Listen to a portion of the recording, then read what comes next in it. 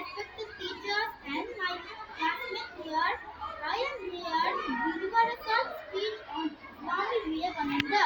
On this auspicious day, Swami Vivekananda, originally Ranjanath Datta, was born in Kolkata on 12 January